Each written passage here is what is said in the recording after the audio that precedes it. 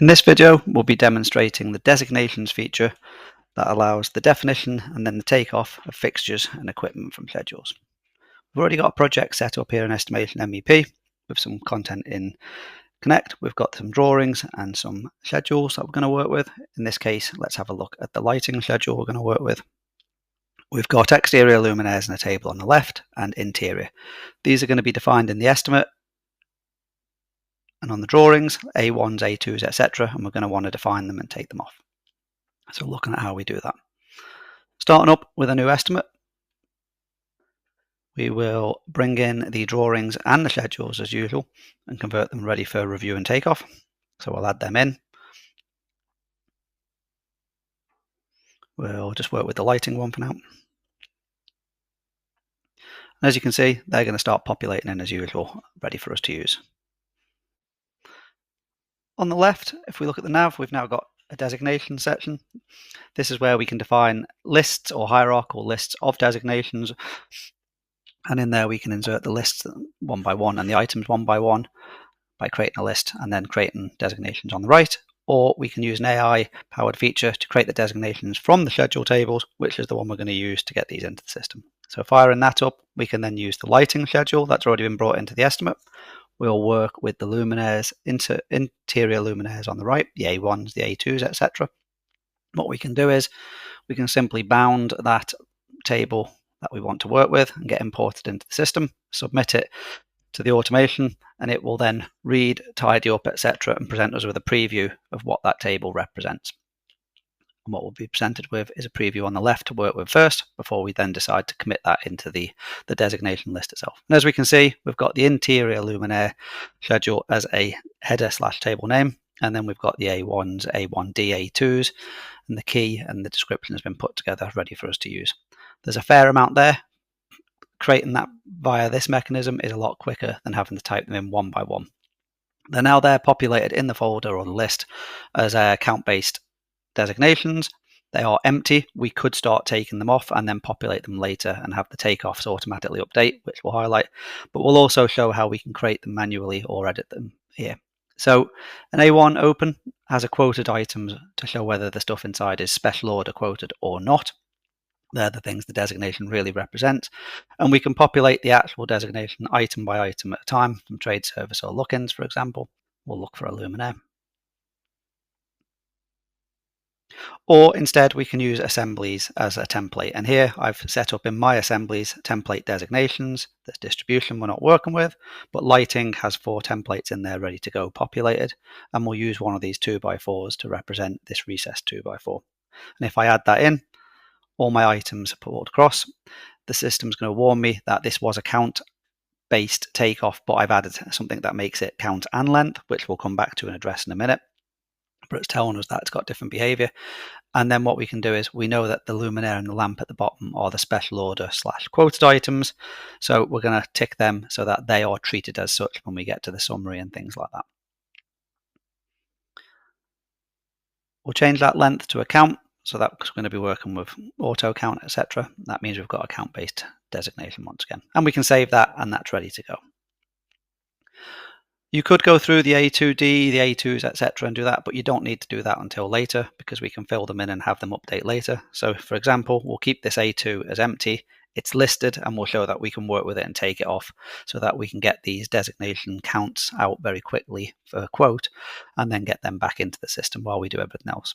Moving to takeoff, we've now got the schedule, which we'll just move out the way. We'll work with the floor 1. We'll set an arbitrary scale.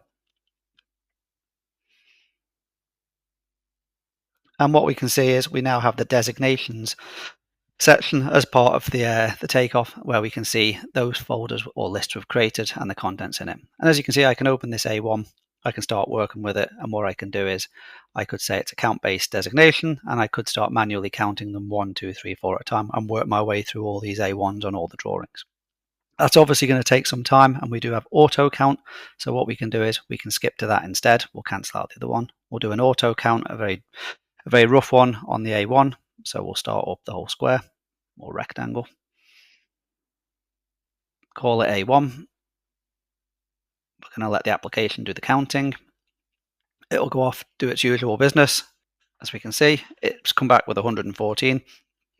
We won't review necessarily what's happening here, but just use the number as it stands. We will draw them onto and close it so that we've got the 114 onto the drawing already. And then we'll go back in, find that A1 again, and this time we're going to take it off, but rather than count it, we'll link it to the existing annotation by select existing at the top. 114's come through. It's the same as any other takeoff as normal then. You could set work breakdowns, etc. Designations do that as well and can be grouped and filtered in the summary, for example, which we'll get to in a minute. And then we can take that item off.